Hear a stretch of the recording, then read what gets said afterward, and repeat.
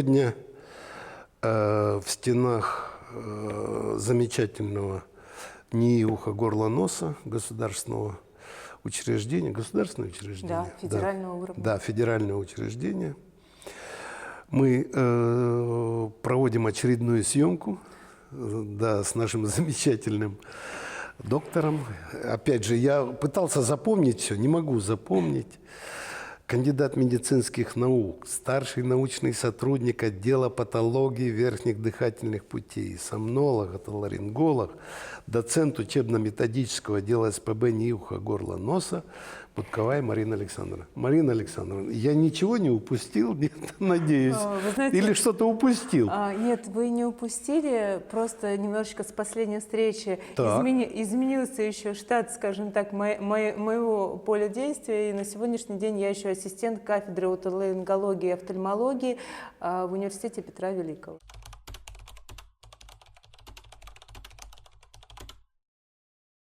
Ну а сейчас, уважаемые наши телезрители, мы находимся, собственно, в кабинете доктора Марины Александровны Будковой, где вот она сейчас, вот буквально в эти минуты производит послеоперационный осмотр пациента, которым она сделала вот эту вот сложнейшую операцию по той, собственно, теме, о которой мы ранее говорили. Тема апноэ. Это самая болезненная, самая серьезная тема, о которой только сейчас, в настоящее время, по-настоящему начинает задумываться. Я скажу больше того. Буквально 2 дня назад я в Доме журналистов встречался с одним моим коллегой, у которого товарищ умер, буквально умер за рулем. Он выключилось сознание, и он, по сути, в бессознательном состоянии, именно на фоне вот этого апноэ, он в Карелии, он врезался в каменные надобы и мгновенно погиб. То есть эта проблема, она действительно становится очень важной, актуальной и серьезной. Ну а практически, общаясь с человеком, которому была произведена операция, я думаю, вы сами все увидите вживую, как говорится, без всяких теоретизирований с моей стороны, а чисто на практической основе. Прошу. Добрый день, Сергей. Как ваше самочувствие? Прошло 7 месяцев после выполненной фарингопластики с двусторонней тонзиллэктомией. Как самочувствие? Самочувствие отличное. Самочувствие отличное. Я так себя не чувствовал последние, наверное, 7 лет. Я засыпал за рулем, причем засыпал каждый день. И я мог проснуться уже вот буквально, когда машина сама останавливается, очень какие-то опасные ситуации. Последний год до операции я с утра не садился за руль вообще. С учетом того, что мне все-таки 40 лет, у меня 2 детей, мне уже страшно было просто ребенка до школы довозить на машине. И постоянно у меня было состояние какого-то невысыпания, я постоянно хотел спать. Это злобу вызывало, агрессию, я с утра не мог вставать. Это все время было с каким-то скандалом, каждый день борьба с собой, вот, чтобы мне встать на работу, куда-то собраться. А сейчас я каждое утро езжу за рулем, бодро, весело, я стал высыпаться, я стал видеть сны. Я годами не видел вообще снов, сейчас я вижу сны каждый день. И совсем маленькая доля храпа у меня осталась. И то, когда вот засыпаю на спине, ну вот Марина Александровна сказала, не надо спать на спине, надо на животе спать, приучать себя. И делать упражнения. Вот если я буду все это поддерживать и делать, я считаю, что она просто чудо совершила. И большое вам спасибо. Человеческое никогда не забуду, правда. Слушайте, я рада, мы прошли сложный путь. Скажите 2 слова, вот как самые тяжелые моменты после операции? Все-таки как болевой синдром долго вас беспокоил? Ну, реабилитация, она тяжелая для взрослого человека, когда ты привык уже жить в какой-то комфортной ситуации, питаться, когда тебе хочется, есть, что тебе хочется. И, конечно, первое время мне было очень больно и очень страшно. То есть то, что вы мне сказали, что надо есть все вот перемолотое и жиденькое, И, соответственно, я очень боялся, что испорчу вашу работу, поэтому я старался вот все делать до последнего, как вы сказали. Вот, пока вы мне не разрешили там что-то более твердое, чем каша, я очень боялся, что испорчу труд. Вот, ну, вот общими силами, в основном вашими. Мы вернулись к да, активу. Сейчас вы живете обычной жизнью? Ну, как обычно. Мне кажется, что у меня удвоились мои способности, особенно умственные. И я за день гораздо больше каких-то дел делаю, чем делал до этого. Мне кажется, реально, это в несколько раз больше. То есть я первые дни вообще настолько стал высыпаться, я стал приходить на работу, а у меня было ощущение, что я сейчас один сделаю все за вас всех, уйдите, только не мешайте. Вот. И, ну, такая энергия, заряд энергии каждое утро, конечно, сон это очень важно. И как я до этого не спал, мне просто было страшно, если честно, вот идти и ложиться под нож. Как сейчас близкие ваши? Ну, да, что я не храплю, все довольны. То есть это отразилось и на семейной составляющей? Ну, потому что храп был адский. Давайте посмотрим. Прошло 7 месяцев. Для меня тоже немножко волнительно, потому что каждый пациент – это, знаете, как спасенная жизнь при данной проблеме. Я вас попрошу ротик открыть и спокойненько подышать. Хорошо, прекрасно. Состояние глотки прекрасно. Уже мы видим только рубцы после фарингопластики. Сейчас мы с вами, у пациента ранее было выполнено еще септопластика в 2008.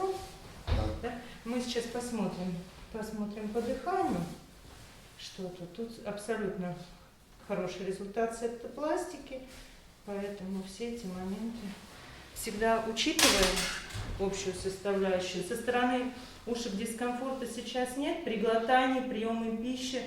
Все спокойно? Нет, никакого дискомфорта. Хорошо. Ну и все-таки я всегда не пренебрегаю возможностями увеличения, да, для оценки эндоскопической картины, уже глядя, собственно говоря, под большим увеличением на состояние слизистой оболочки глотки. Поэтому мы сейчас, пользуясь техническими возможностями, настроим эндоскопическую технику и под увеличением рассмотрим структуру глотки нашего пациента. Спокойненько подышите, пожалуйста. Ну, вот здесь даже шпатель мне, в принципе, не надо подносить. Мы видим рубцы сформированные, абсолютно хорошее состояние глотки. И даже без шпателя подвижность полости рта абсолютно сохранена. Хорошо. Ну, что я хочу сказать. У нас все заживо. И только необходимо на сегодняшний день продолжать в том же ключе, не пренебрегая рекомендациями по наблюдению за весом, потому что путь большой проделан, но это состояние мы обязаны с вами удержать. И, безусловно, вот мы сделали с вами сомнологический контроль спустя 6 месяцев после операции, который показал, что индекс остановок дыхания, который доходил до 70 остановок дыхания в час, на сегодняшний день после операции у нас все скорректировано. То есть 10,1 это вообще минимальное явление. Но хочу через год, спустя операцию, вас обязательно увидеть. И прошу вас придерживаться здорового образа жизни, это очень важно. И самое главное, набор веса для нас тоже очень противопоказан. И гимнастика для мышц-глотки я не пренебрегать, поскольку мы должны сохранить ту опору, которую в глотке мы создали. И этот труд всегда совместный и врача, и пациента. И, конечно, привет близким, которые с вами прошли этот путь от СИПАП-терапии, да, от привыкания, от послеоперационного периода, который действительно при данных операциях, на мой взгляд, как хирурга, самый сложный. Риски кровотечения существуют, выраженнейший болевой синдром, но вы его мужественно переносили. Собственно, мы поэтому имеем такой результат. Марина Александровна, ну, с последней нашей встречи минуло достаточно много времени. Ну, по разным причинам, лето было и так далее, так далее. Вот. Но, судя по всему, проблема, времени минуло много, но проблема осталась. И острие ее ничуть не облегчается, не уходит в сторону, а наоборот, как я вот уже сказал на встрече, вот, где вы общались с пациентом. На самом деле, вольно-невольно, но вот я же говорю, мой коллега сказал, что у него товарищ в Карелии разбился вот на почве этого, так вот, как говорил Сергей, пациент, что реально то ли он заснул, то ли у него сознание отключилось. Врезался в камень и все, и насмерть погиб. А я думаю, по стране таких случаев более чем достаточно. Поэтому, ну, наверное, первый вопрос. Что за это время удалось продвинуть в этой теме и что предполагается вообще в развитии вот этой вот темы? Безусловно, знаете, каждые полгода накапливается, да, другой опыт и долгосрочных наблюдений в том числе. И специалисты всего профиля, будь ли это терапевт, сомнолог, невролог или отоларинголог, сомнолог, мы все стараемся обсуждать и делиться успехами, потому что проблема, чем более она освещена, тем мы видим больше пациентов, которые нуждаются в помощи. То есть открываются дополнительные какие-то... Как среди врачей расширяются горизонты того, в каком направлении нужно думать. Вопросов по сей день остается больше, чем ответов. Потому что проблема очень актуальная. И я специально сегодня захватила, скажем так, одно из произведений великого классика Антона Павловича Чехова, где хотелось бы обратить внимание.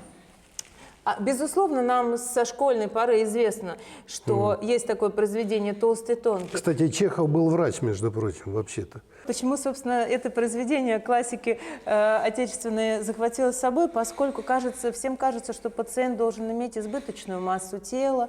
Да, как принято вообще. Как принято. Да. Но вот вы спросили, что нового появилось. Поменялись стереотипы и взгляды на человека. И не каждый пациент, имеющий избыток массы тела, будет страдать апноэ сна. Храпеть он может, безусловно, но не у каждого это будет жизнеугрожающая ситуация. А на сегодняшний день мы встречаем как раз вот представителей, скажем так, без избыточной массы тела, но имеющие ряд других проблем. А с чем это связано, вот безизбыточное? Что? Это может быть... Новая ветвь образовалась, получается? Больше, скажем так, это и было, но на сегодняшний день к ним приковано внимание, что если пациент худощавого телосложения, да, жалуется на храп, который мешает близким, то это повод его обследовать. А если пациент еще предъявляет и жалобы со своей стороны в том, что он может засыпать за рулем, в транспорте, где угодно, то это повод еще повышенного внимания к нему. И в данном случае избыточная масса тела – это не индикатор неблагополучия в отношении остановок дыхания. И сейчас мы, отоларингологи, находим проблемы со стороны лор-органов. И на сегодняшний день я нахожу и новообразование на уровне гортани. А что имеется в виду новообразование? Какие-то не шишки, какие-то опухоли или что? Да, доброкачественные процессы в гортани, которые при определенном положении тела перекрывают дыхательные пути. То есть вызывают вот эти вот факторы, да, эти симптомы. Поэтому хочется сказать, что и худощавое телосложение, и избыточная масса тела, они в одинаковой мере требуют внимания врача. Будь то это отоларинголог, сомнолог, будь то это терапевт на первичном звене, скажем так. И сейчас шаги делаются в отношении анализа и челюстно-лицевой области, которую тоже нельзя недооценивать. И в этом нам помогают, безусловно, челюстно-лицевые хирурги, стоматологи, которые прицельно уже знают, над какой стороной медали, собственно, работать. И как помочь больным. Ясно. Ну вот вы сказали, что, ну вы знаете, это как, когда ты входишь в сложную пещеру, туда вход пошел, туда, то есть разветвление. Так и вот получается у вас. Вы подошли к какой-то проблеме, которую вы изучаете, а пошло вот ответвление сюда. Вот. В этой связи у меня такой просто вопрос возникает. Ну, в силу того, что как бы увеличилась некая общая масса вот этих ветвей, вот этого недуга, скажем так, а как количество больных в этой связи увеличилось, нет? Безусловно, увеличилось. и осведомленность и врачей первичного звена, они направляют, понимая важность проблемы. Я скажу, что за полгода поток пациентов, он намного увеличился. Глобально, даже не в 2, наверное, в 3, в 5 раз. Вот мои коллеги не дадут, что называется, соврать. И они приходят от разных специалистов, не только от отоларингологов. И в ряде случаев это позволяет, вплоть до, говорю, находить новообразования, которые могут быть жизненно угрожающими. Это редкая находка, но она может быть. А вот любопытно, ну вы, что называется, как ледокол, идете впереди, вы основоположники этой темы, вы ее изучаете, ну, продвигаете ее вперед, так сказать, и вширь. А вот на местах какие-то, ну, на уровне поликлиник, на уровне каких-то больниц городского типа, там вообще-то как-то проникаются теми вот уже изученными, скажем так, вещами, о которых вот вы говорите. Там как-то они используют в своей практике или, в общем-то, там пока еще туда не дошла вот эта вот знаете, как это больше все-таки обращение врачей в силу того, что мы, да, федеральное учреждение, у нас практически еженедельно в данных стенах проводятся семинары для врачей поликлиник. И мы стараемся вот все, что новое, что городских у нас, или городских, да. Но не региональных, да? Нет? На местном уровне это городские, но, как я уже сказала, что что мои коллеги, мы выезжаем за пределы, то есть в различные регионы. Ну, как вот Петрозаводск вы ездили? Да, где мы в плане лекций, да, доносим эту информацию для мультидисциплинарных, скажем так, в данном случае в Сыктывкаре присутствовали врачи-терапевты, отоларингологи, и, конечно, их основная задача вот не пропустить ту, казалось бы, маленькую жалобу ХРАП, чтобы уже сориентировать на профильное учреждение, поскольку они не владеют тем арсеналом диагностических мер, да, которым оснащены мы. Но уже на этом этапе даже кардиолог может повесить холтеровское мониторирование, которое всем известно. Это суточный вот этот монитор. Да. И на сегодняшний день очень много из Великого Новгорода ко мне приезжают пациенты, направлены не отоларингологом, а именно врачом-кардиологом. По холтеровскому мониторированию устанавливается проблема, причем пациент может прийти с банальной гипертонической болезнью. Находится проблемы, так как это суточный мониторинг, соответственно, он ночные проблемы. То есть там показывает, что это не совсем сердечный фактор, а вот связанный с вашими делами. И анализ, и доктора направляют, поэтому все-таки те репортажи, которые вот с помощью вас мы делаем, те выступления, которые мы на конгрессах, они работают, я иногда удивляюсь ореолу тех пациентов, которые к нам приезжают из разных регионов. Даже из последнего коллега-доктор, травматолог был из Ямало-Ненецкого автономного округа. Целенаправленно приехал с проблемой, зная, что здесь профильно занимаются. Так получается, что на местах как бы осознают, что важность проблемы, но сделать пока еще практически они пока не могут, я так понимаю. Да. То есть пока нет методики, механизмов практического использования. Да, в кардиологии все-таки это более развито применительно к РАПу, поскольку и в пульмонологии они уже на местах знают, что нужно там неинвазивную поддержку, но когда речь идет именно о хирургическом лечении, решении вопроса, пока нужно, что никак, да? В данном случае нет, это профильное уже учреждение. Но это же получается не очень, я бы сказал, здорово в том плане, что получается, что они там установили причину, первопричину болезни и так далее, а все равно практическая сторона вопроса все-таки ложится на ваши плечи. Наверное, все-таки есть необходимость расширять уже практический вот этот вот инструментарий этого дела, чтобы это делали уже, по крайней мере, не на уровне районных поликлиник, а на уровне городских больниц, там, в том же Новгороде, там, то, что вы говорите. Да, безусловно, это сопряжено с тем, вот это как-то планируется вообще расширять? Безусловно. И доктора, видя, скажем так, положительный эффект у своих пациентов, да, тот же кардиолог, увидев положительную динамику после нашего лечения, безусловно, они начинают углубляться. И я знаю, что ряд докторов на сегодняшний день пытаются, да, подают заявки, оснащаются диагностическими аппаратами, которые могут именно прицельно на сон. То есть вот в режиме сомнологии расширяется ореол вообще подключения врачей. Это все работает. Да, не быстро, но это работает, и профиль специалистов очень широк. Столько внимания приковано. Ну, то есть, может, я в этой теме, вы же понимаете, это как шахматист нулевого разряда.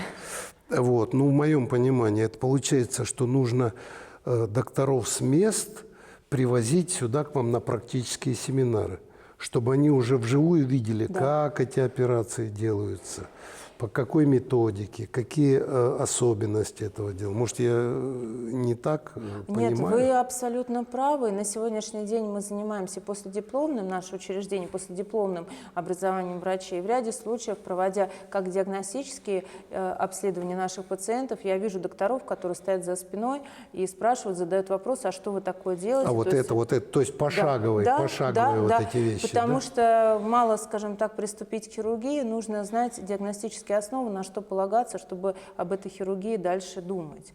Поэтому, и так как это все-таки федеральный центр, то ореол со всей страны, люди приезжают повышать уровень квалификации, и они видят нашу работу и в операционной, и в плане диагностики, и мы всегда открыты для всех. Задаются вопросы, они, знаете, только в плюс, когда людям интересно, что же вы такое делаете, особенно когда я только начинала, скажем так, смотреть положение лежа пациентов, все думали, почему доктор смотрит положение лежа больного, что это за пациент, что это, когда это не 1, а 2, а 3. И углубляясь, они понимали, что этот пациент проходит специальное обследование. То есть так, это не потому, что ему плохо, а потому что нужно оценить определенные вот именно параметры. так, это нужно а вот для так. многих это было ново. Я скажу, что лет 10 назад для меня это тоже была такая отрасль достаточно далекая. Впервые в 2017 году я попала на французский конгресс, который так и назывался «Гипноз», совместно с сомнологами. И вот тогда, собственно говоря, начался мой путь как отоларинголога-сомнолога.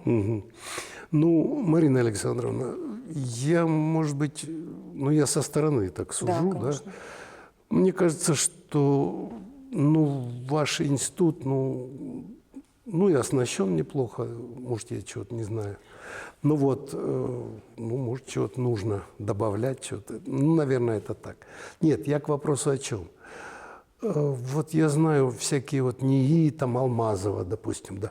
Это огромное здание, где там десятки, сотни специалистов, если не тысячи работает.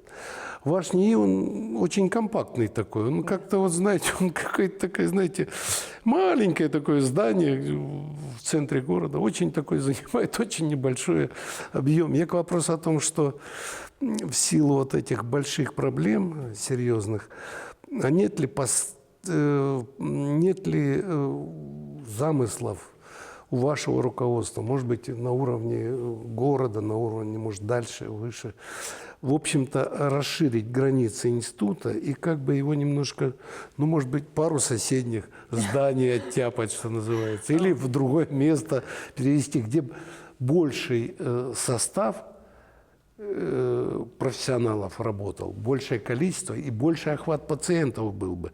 Все-таки, как я понимаю, вы по объективным причинам не можете, что называется, прыгнуть выше головы. Вы можете принять определенное количество пациентов, прооперировать. А если бы была не одна Марина Александровна, а было бы их 5. Или там вы поняли мою мысль, да? Подготовленных там больше сотрудников. Это был бы гораздо больший эффект и больше возможностей было. Нет таких планов, в общем-то? Или вы просто не в курсе? Нет, я скажу так, что большой, знаете, революционный момент был в том, что у нас есть, вы еще не встретились, но у нас есть вторая база, это санаторно-курортная база на Приморской, где сейчас, то есть если раньше у нас детская реабилитация размещалась здесь, то на сегодняшний день она вынесена за пределы. То есть маленькими шагами, но... То есть все-таки движение идет? Безусловно. Я бы сказала, это прорывное движение, поскольку за 3 года изменился совершенно коечный фонд в сторону увеличения. Поэтому в этом направлении все идет, и только вперед, могу сказать. Замечательно. Маленькими, но надежными шагами. Замечательно. В этой связи просто хотелось бы что сказать, что мы, у нас такое маленькое пожелание, ну, не к нашим телезрителям, а чисто вот с точки зрения журналистской, профессиональной, нам бы очень хотелось как-нибудь подснять, ну, со стороны, может быть, из-за стекла, из-за барьера какой-то, подснять ход какой-нибудь операции, понимаете? Это, в общем-то, возможно как-то так договориться, да? Безусловно, это возможно, и мы просто продумаем, скажем так, Да? время. Мы станем за стеклом с Лизой, мы примем душ, понимаешь, что там нужно, окатим себе спиртом там, или чем-то, ну, чтобы быть продезинфицированным. Нет, опыт И такой. подснять вот именно процесс, именно операционной съемки. Это вообще интересный сам ход операции, потому что я много видел съемок, когда оперируют, да и они в интернете есть, там операции на сердце, там операции на суставах оперируют, там ноги, руки оперируют. Но я ни одной как-то не видел, чтобы вот оперировали в области уха, горла, носа. Я, честно говоря, ни одной не встречал. Я думаю, это будет вот одна из первых наших таких революционных съемок.